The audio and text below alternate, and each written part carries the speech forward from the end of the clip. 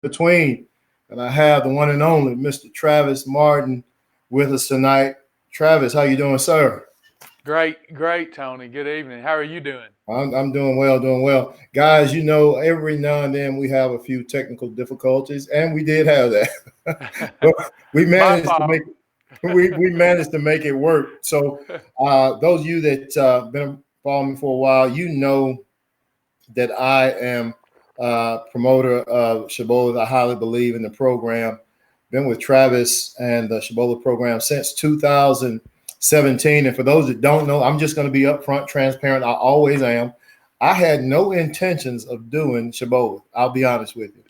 And Zeta had found out about Shibboleth. My wife had found out about Shibboleth, and I had no intentions of getting started. Didn't want to have anything to do with it because I felt like I was okay, athletic and all that stuff, working out. Yeah, that's what I do.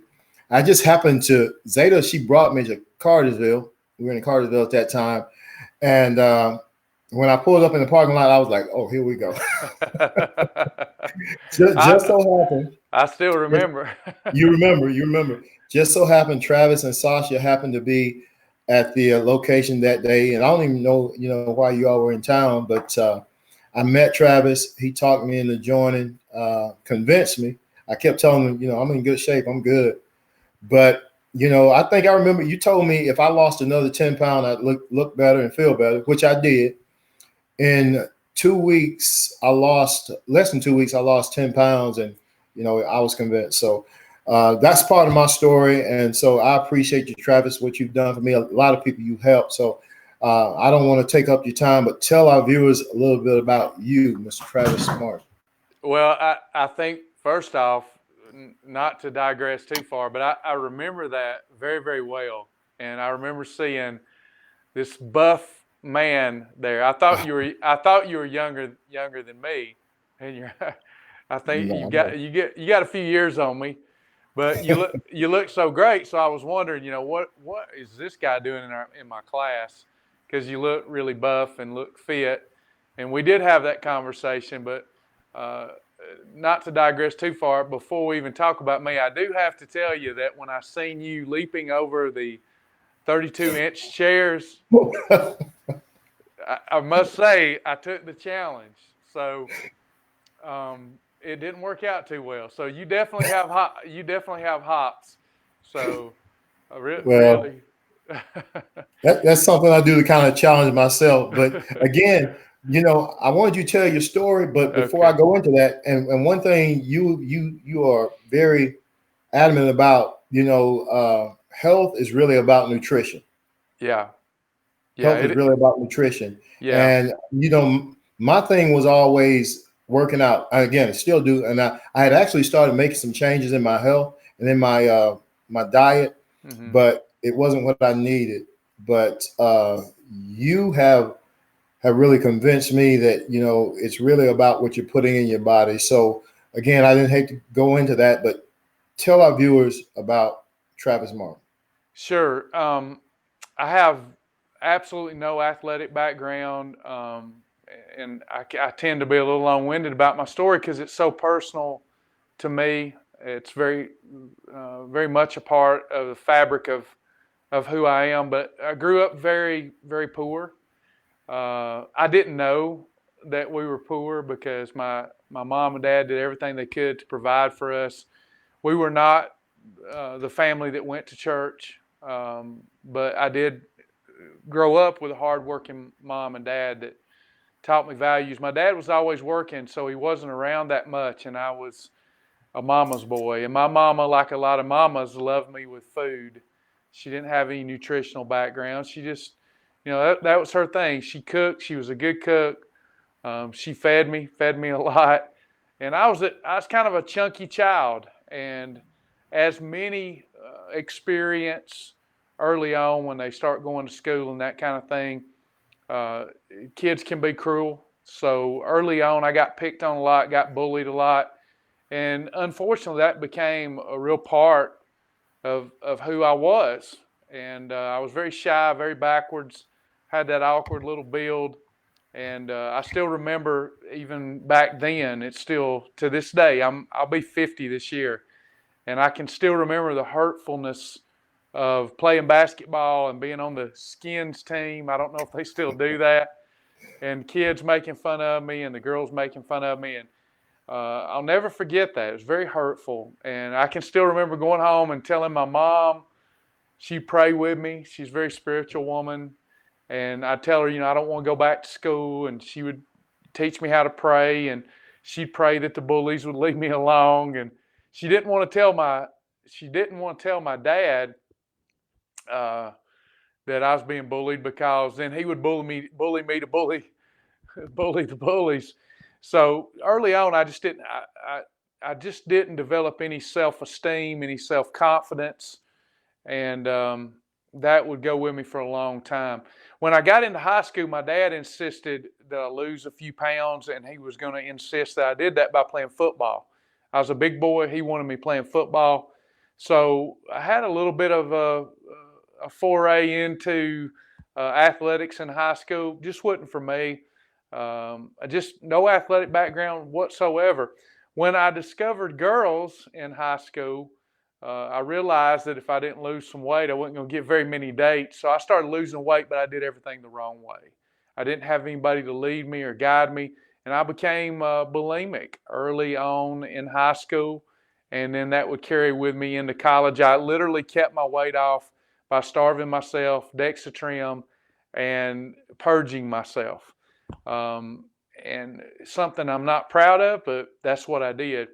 Early into getting out of college, early into adulthood, I would meet a young lady. We were best friends. Neither one of us had much self-confidence, much self-esteem, and we would end up getting married. And neither one of us knew anything about nutrition.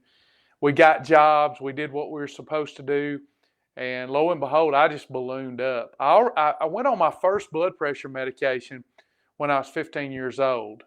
And then when I got married at a very young age, 21, I would end up still being on that blood pressure medication, still purging myself, but I would just eat constantly. I would end up with acid reflux, high cholesterol, type 2 diabetes, depression. Just things weren't going good.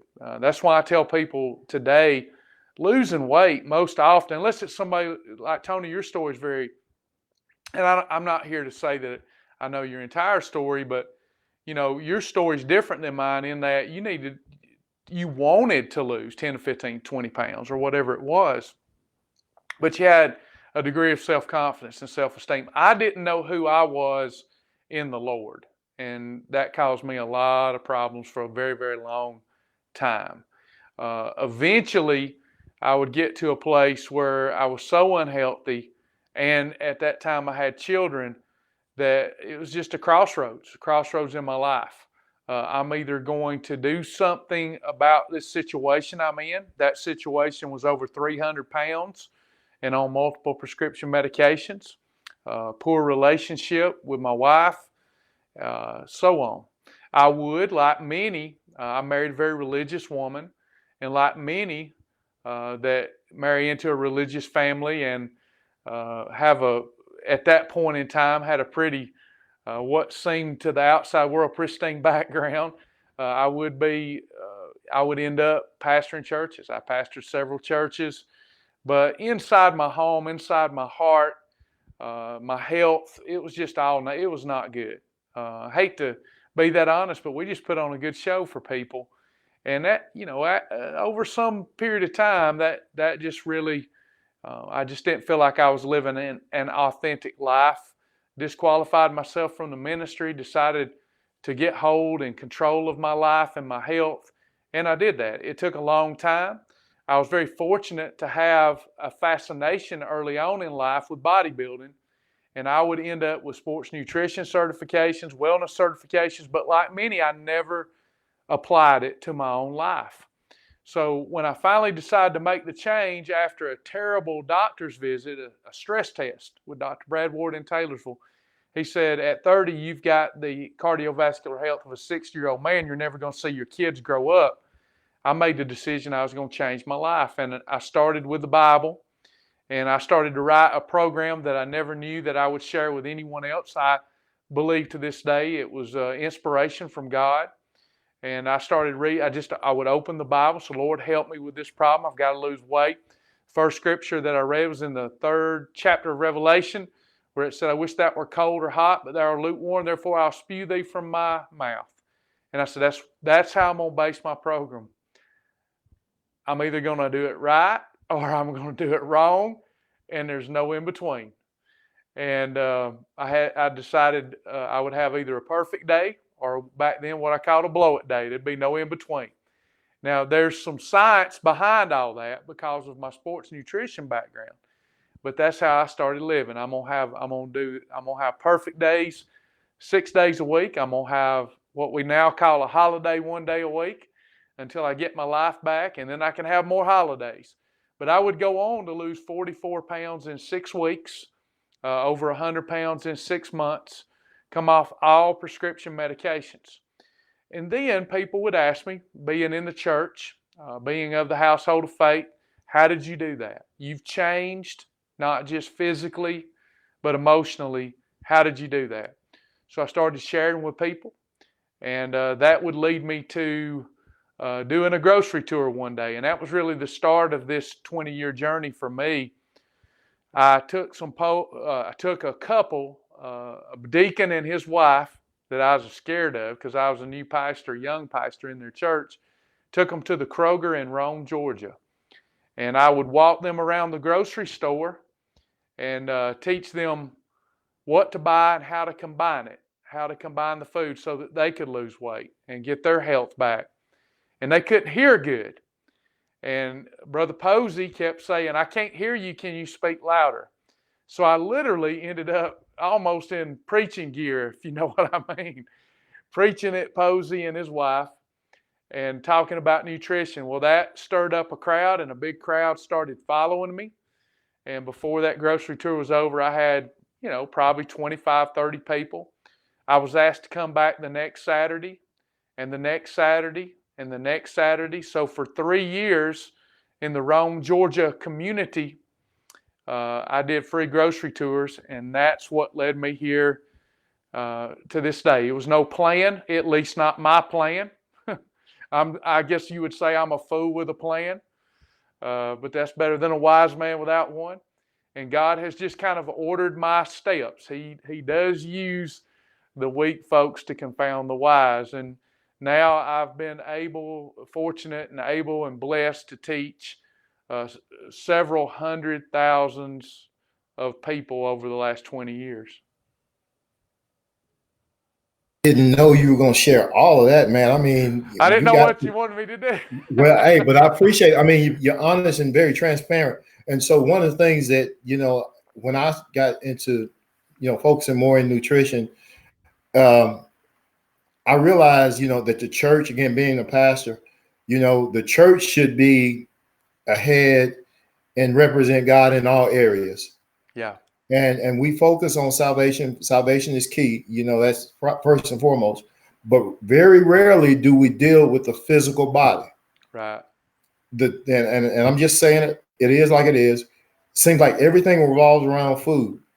Yeah. And if you're going to feed them spiritually, we must also feed them physically and feed the proper foods. And again, we can't make anybody do anything, but it is, I believe, our responsibility to try to make some improvements as leaders ourselves. And so that being said, it didn't mean to get on that soapbox, but you said you lost 100 pounds in 6 months.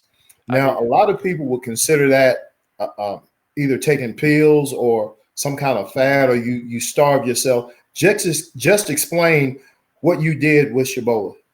Yes. No pills, no potions, no gimmicks. I had done all that, so I knew that didn't work. Though that wasn't going to be for me. I had even tried to exercise it off. And as we all know and say, if your diet's bad, you can't exercise enough to correct it. And when I started this time, I knew that I was going to have to start with the right cornerstone, and that being a cornerstone of faith. I don't claim to be a perfect man, a good man. But I did decide to end my old life with a new beginning in mind, and to work on myself. Still have to do it to this day. Work on myself harder than I work on anything else. And when I started, I did use my sports nutrition background to put together a plan of action that I could implement that was practical, sustainable, and fun. And I treated myself as though I was a new babe in Christ. I forgot everything I knew about nutrition, and I started on day one with what I did know.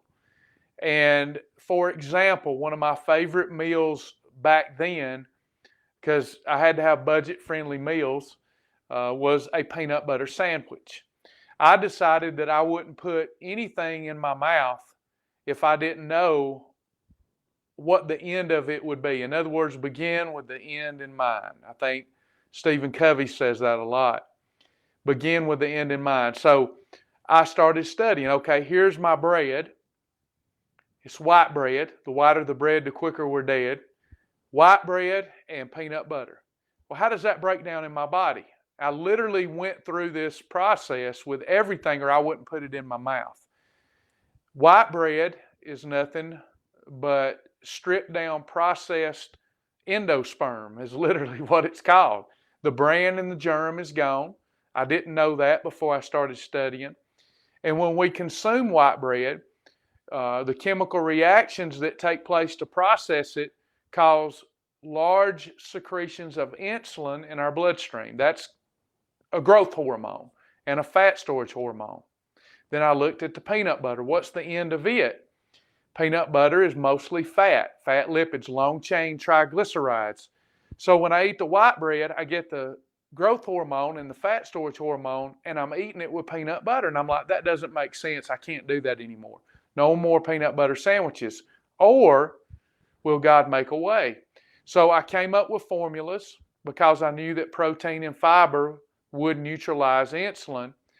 I came up with formulas, went to the grocery store. Now we have over 100 approved breads, but back then, the only bread I could find that worked formula-wise with enough protein and fiber to neutralize the insulin impact was Nature's Own double fiber wheat bread. So I took that bread and I'd write down this bread. I'd write it in my journal. This bread breaks down more like a green bean than it does a white bread. So when I have this great tasting peanut butter sandwich, I'm really having peanut butter and green beans. I'd write these funny things down. I would write down what's good about it, bad about it, funny about it. And it helped me remember things. So here I'm having my peanut butter sandwich, but the bread's not hurting me because it's a different bread, tastes like bread. The peanut butter breaks down into those same fat lipids, but they dissipate as heat and go away because they're not getting trapped by insulin. And I would do that for a few days. I'd get tired of peanut butter sandwiches, and I'd decide, what am I craving next? Well, I'm craving spaghetti. I'd go find pasta. I would go find the right spaghetti sauce. So I began to eat I continued to eat the same things I had always eaten, but I began to eat them in different food combinations and, of course, in different portions. The Bible says, let God be your portion. The Bible tells us not to let food be our little G-O-D. I had done all those things. So I started eating with that cliche statement in mind, eat to live, don't live to eat. And my life and my waistline began to transform. I went from 44% body fat to today I'm 12% body fat. I went from a size 44 in the pant to a size 32 today.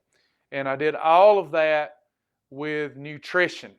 I didn't exercise at all. Now, I do exercise today, but I didn't to lose my 100 pounds. When you say that, I've got a lot of people coming on. I appreciate you all for joining us. And as you were talking about your program, it seems very scientific. A lot of people, they hear that and they think, well, I can't do that. But basically, your plan is laid out to where if people just follow the system, there's no guessing to it. Mm-hmm. That's right. What I wanted to do for myself was different than what I am obsessed, have been. I was a good student in school. Wasn't a good athlete, but I was a good student. Went to college on scholarship. Was obsessed with nutrition, with biology, those kind of things. And believe it or not, Tony, what I was going to be and do was I was going to be an optometrist. So that's hilarious to me for some reason. That didn't pan out because I fell in love very early in life, but anyway, I was obsessed with that thing. Well, I realized when I did this for myself and other people needed help, when I would talk to them about you need this many grams of protein, this many grams of fiber for every gram of carbohydrate, you need 1 gram of fiber for every 10 calories. And I would talk to them and they would just look at me. They don't want to know that. They just want to lose weight. It fascinated me. But I realized, what they're asking me for, and I want to help people, what they're asking me for is a hole in the wall. And I keep trying to give them my drill. They don't want my drill. They just want the hole in the wall. So how am I going to give that to them? How can I help them? How can I simplify it? So instead of teaching them all that, some people still enjoy it, and they have my personality, and they like to know all that. But I said, you know what I'm going to do? I'm going to categorize every food, because all foods in a certain category on our program are similar. Whether it's category 1 lean protein or category 5 fruit or category 6 superfood, everything in that category kind of breaks down in your body the same way. So if I can just teach them what goes in the category, then teach them how to combine that in their portion control plate, they're done. They got it. And people get to eat pizza, spaghetti, ice cream, you name it. All the things they used to eat, but instead of eating it the old way and gaining weight, they're eating it the new way, taste as good or better, and losing weight. And so we have, I think, as much as one can, without going and buying, prepackaged meals, as much as one can, we have simplified my approach to lifestyle. And lots of people have enjoyed success with it. And I can just say from the inside of the program, seeing, because once on the outside is one thing, but once you see what goes on behind the scenes and the amount of work it takes to put this plan together and to work with people, thousands and thousands of dollars worth of value you add to this program. You have recipes, restaurant options, videos, training, live trainings every day. How do you offer all this value for such a small price? Because this is a ministry first and foremost, right? It is. It is. We wanted it to be a ministry first and foremost.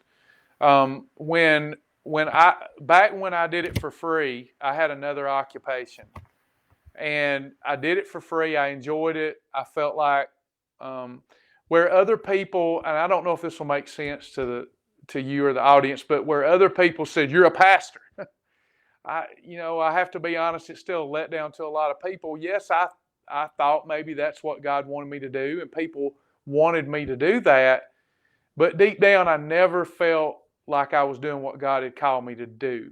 And I would find that in helping people like you, when you started this broadcast, if I could summarize, you're saying people don't realize how attached the health of our physical body is to the health of our spirit. And I felt like that's really more my lane and my calling. And when I started, I just wanted to help people. And I was making a meager living with another occupation. But man, I got so much out of going every Saturday and teaching people nutrition. But I would reach a point where I couldn't help any more people than X number of people, because weight loss and wellness, if one is coming from a food addicted background, require more than a written plan on paper. It requires hand holding and support. You have to support people. And I couldn't meet the demand after 3 years of doing that for free. And I quit. My company told me that, they gave me an ultimatum.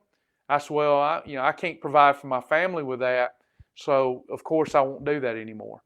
Well, I quit going to Kroger on Saturdays, and that didn't sit well with the community. So community leaders came to me and said, we'll help you start something. And we started what was called Thrive Weight Loss. But my journey, I would say, I have to admit that my journey's been more about failure than success, Brother Tony, because when I got into Thrive and stopped doing it for free and listening to people, partners, if you will, we started charging. The emphasis, we would go into a corporate setting to teach wellness, charging the employees there, so everybody got paid. And we would go in there and they'd say, hey, you can't talk about Jesus.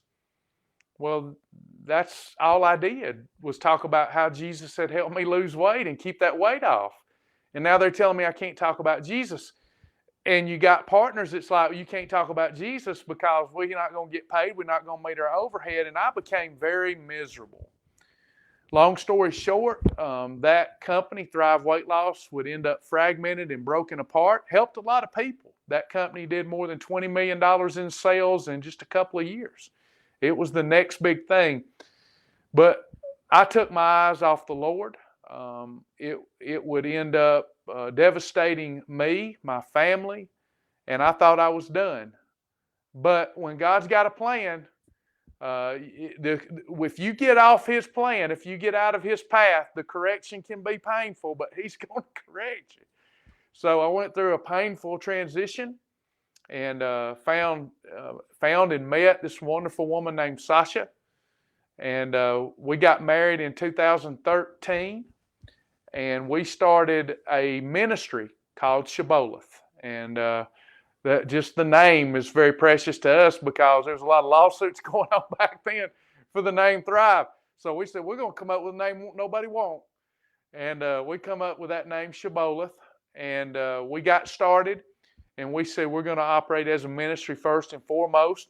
We did know that we'd have to charge something because if it hit this level where we're helping thousands of people, we won't be able to support them ourselves or provide all the resources that you're talking about.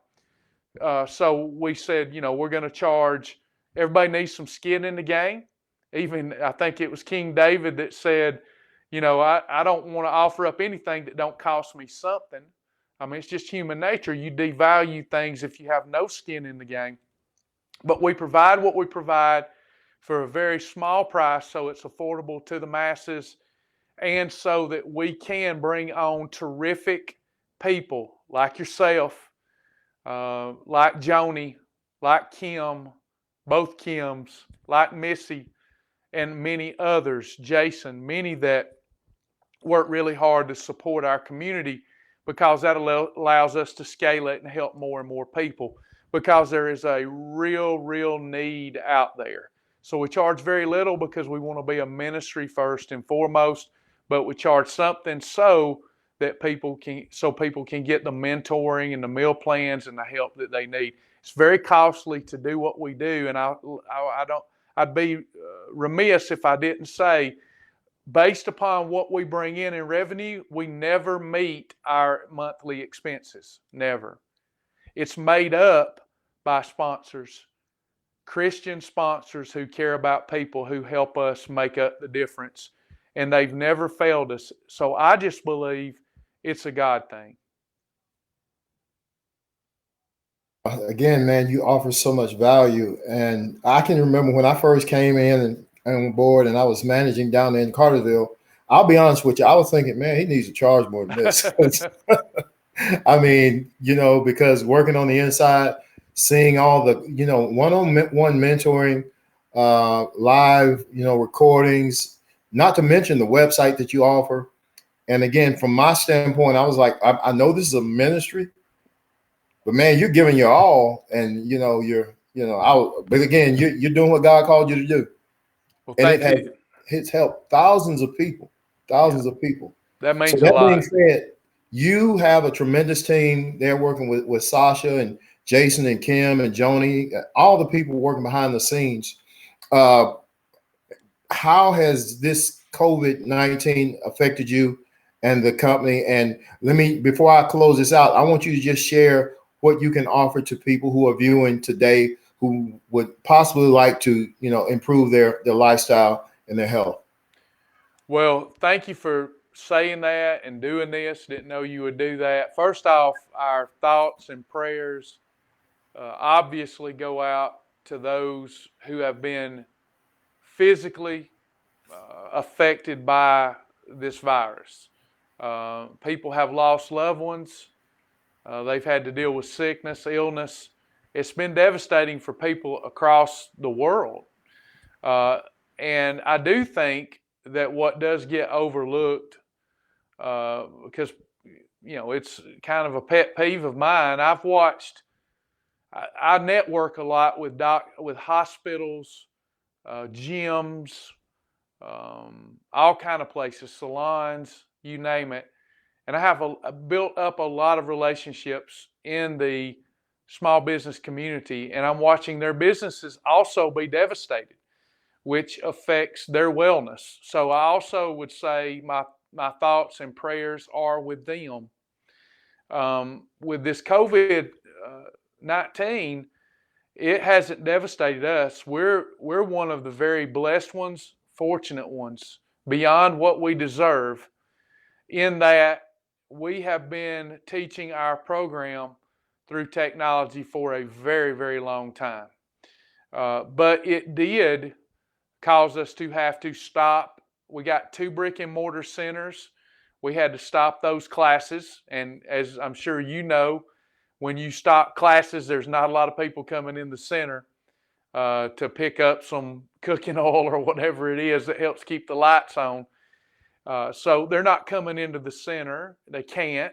It's not healthy for them to do that. We want to protect the most vulnerable. And I know this is a sore subject, but what doesn't get said very much is that one of the most vulnerable populations is the overweight and obese community. And I get in trouble every time I say it, but it's just true. I hate to wound anybody, but it's just true. So we have to protect them. We can't let them gather together and risk someone getting ill in the in-person format. We also had to shut down several groups that were meeting. So it has impacted us some, but I do feel we're very blessed in that we have continued maintaining our staff. We've got our staff still. We haven't laid anybody off. We're trying not to do that. We haven't received it, but we're trying to get help so that we don't have to lay anybody off. But from what I hear, that's been defunded already, not defunded, but they've run out of money for that. So we're still waiting in line with our hand up. Help us keep our great team. But we're still blessed, Brother Tony. We're doing better than a lot of my friends and acquaintances. So I just feel blessed. I feel like we're highly favored. God has always brought us through much worse, and we're going to continue on. But to help other people and to help ourselves, obviously, we're doing something that's quite unheard of, in that we offer 3 levels of our program: silver level, gold level, and our new tiger level. We offer all of that for a lifetime membership. You pay one time, never pay again for all of that, the support, the meal plans, the mentoring, and it's only $59.95 for a lifetime.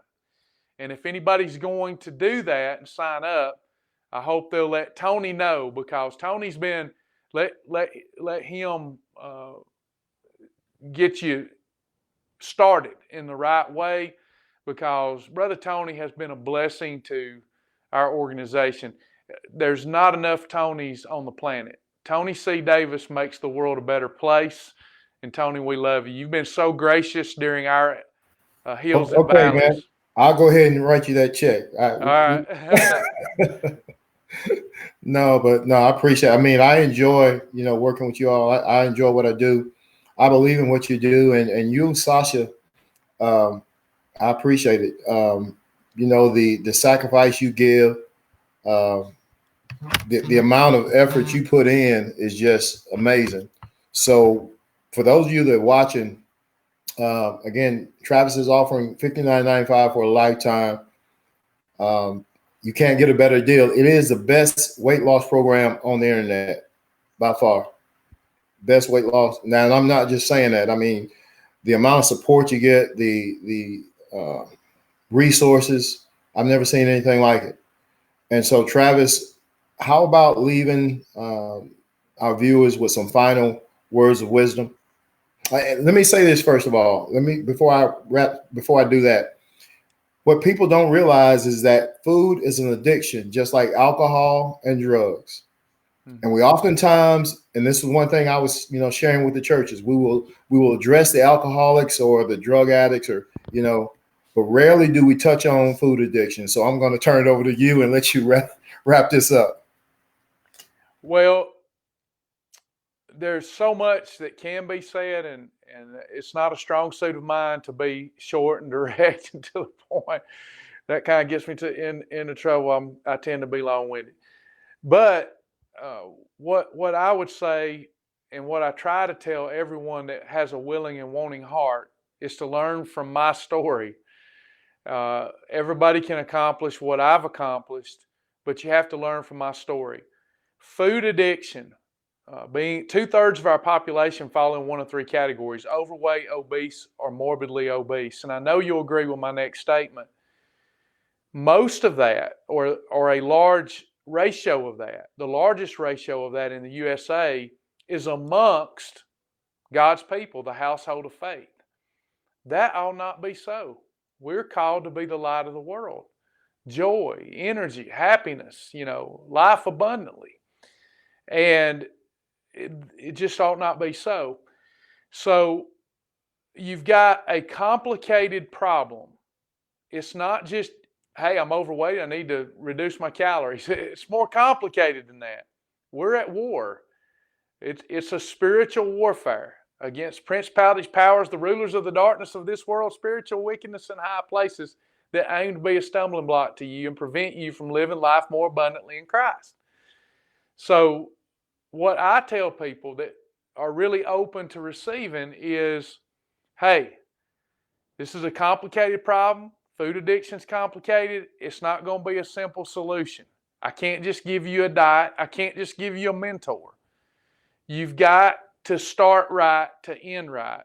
And that is to fix what's broken inside before you try to fix what's broken on the outside.